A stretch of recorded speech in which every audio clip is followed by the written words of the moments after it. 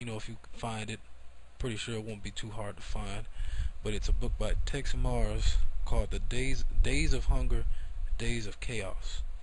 And it breaks it all down how Monsanto has their tentacles dug in all over the world with all these food companies and farms and such. Okay?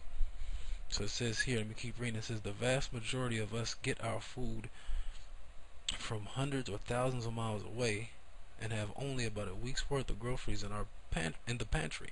And that's true. All right, really, it's more like what 3 days, but yeah, that's pretty much about right. Okay, it says we are wholly sustained by a complex system about which we are almost completely ignorant, and that's true because the average American thinks really in their mind that the food that they get from the supermarkets or the corner stores, they really think that the food is grown from there. When you look into these people, they don't really understand the fact that you need food to be grown on a farm. Then you need somebody to cultivate that food. Then you need somebody to come and pick it up in a truck. And then you need that person to fill that truck up with gas and then drive that truck to the supermarket. And then you need somebody in the stock room of a store to receive that food and stock it and then put it on the shelf so you can go buy. And guess what? Every last single one of those transactions requires what? Money. And that's the very thing that we're talking about in this lesson. Okay? It says here, making food has become a profession for experts. Every link in this intricate process is burdened with troubling issues that would cause most of us to raise our eyebrows with concern or even retch in disgust. More pressingly, every link is susceptible to major potential breakdowns. And guess what? Like I said earlier,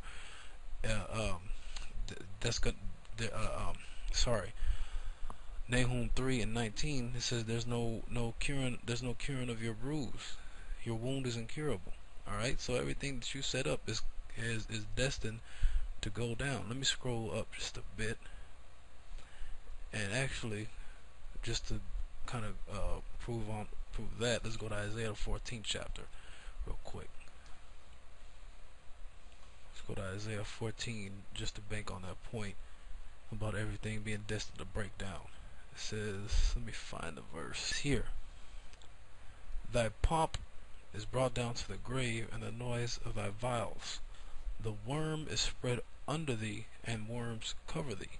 What is that talking about? Primarily it's talking about the corroding of the infrastructure of America. Alright? When you look at certain things like bridges and roads and buildings, all of that is breaking down on the inside, alright? But this is talking about, when you even look deeper into it, it's talking about the whole essence of the power structure of the so-called white man, particularly here in America, alright? That's why everything he does is basically destined to fail, okay? It's going to break down, like I said back in this article, alright? Nothing he does or nothing he sets up to try to keep himself afloat is going to work, okay? So now let's go back here and let me basically finish the rest of this article, or this paragraph. It says here, and early signs of breakdowns in the system are appearing more and more all the time. Soaring grocery bills, you're definitely seeing that. Headlines about foodborne sicknesses.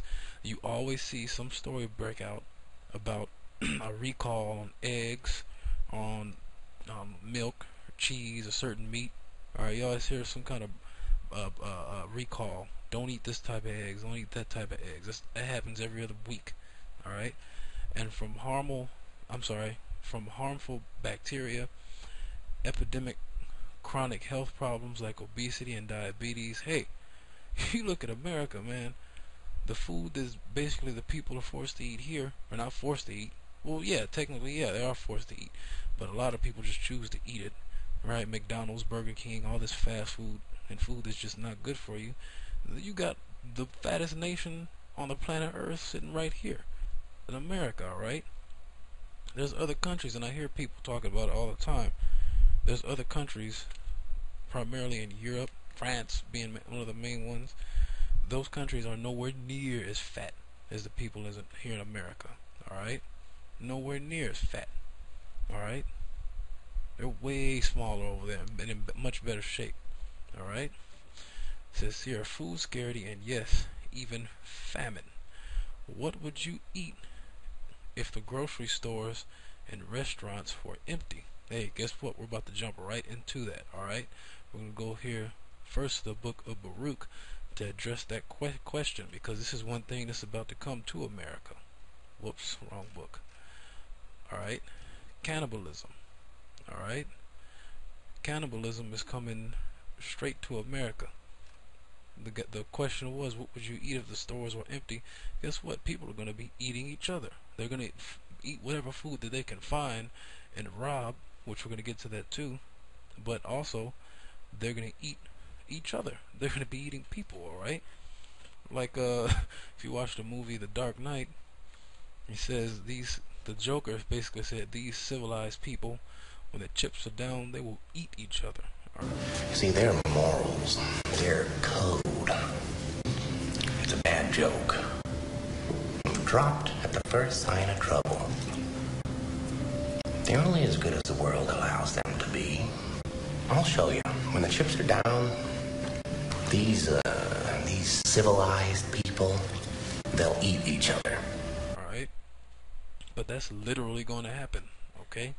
So let's read this. This is Baruch 2 verse 1. It says, therefore the Lord hath made good his word, which he pronounced against us and our judges that judged Israel, against our kings and against our princes and against the men of Israel and Judah, to bring upon us such as never happened under the whole heaven, as it came to pass in Jerusalem according to the things that were written in the law of Moses, that a man should eat the flesh of his own son and the flesh of his own daughter. Okay? And guess what? That came upon us in plenty times in history. One of the main times you look at is Masada, alright, which was us. The siege of Masada, where basically you had our people that were holed up in what was basically like a mountain, kind of like a fort on a hill, sort of. And the Romans basically besieged us and kept us in there. And you had our people eating each other, eating leather boots and straps and belts. And then you had a group of us in there that basically made a suicide pact and killed themselves. Alright? And that's coming back. And it's not just going to be to the children of Israel. It's going to be to everybody on the shores of America. Okay? So from there, let's go to 2nd Esdras, the 15th chapter. Alright? Started about 14, I believe. Because this is what's coming. How are people going to get fed? How are people going to get food? Okay? We're going to find out. Like we just read one reason how they're going to eat. Let's read the other reason, okay? Now this is 2nd Esdras 2, verse 14. Let me make sure that's not cut off. It says here, 2nd Esdras 15 and 14. Woe to the world and to them that dwell therein. For the sword and their destruction draweth nigh, and one people shall stand up and fight against another with swords in their hands. And that's coming. That's race war, alright? Race war, class war, alright? That's what's coming. Verse 16. For there shall be sedition amongst men, and invading one another. They shall not regard their kings nor princes, and the course of their actions shall stand in their power. Meaning, when all the shit hits the fan, nobody is gonna listen to any politician or any government official, the president, or anybody in charge or power. They're not gonna listen to what they gotta say. All right. No matter how peaceful they may sound, they're not gonna listen. They're gonna be looking out for their own, and it's gonna explain why as we keep reading. Verse 17, a man shall desire to go into a city and shall not be able. That's martial law. Alright? For because of their pride, the city shall be troubled, and the houses shall be destroyed, and men shall be afraid. A man shall have no pity upon his neighbor, but shall destroy their houses with the sword and spoil their goods,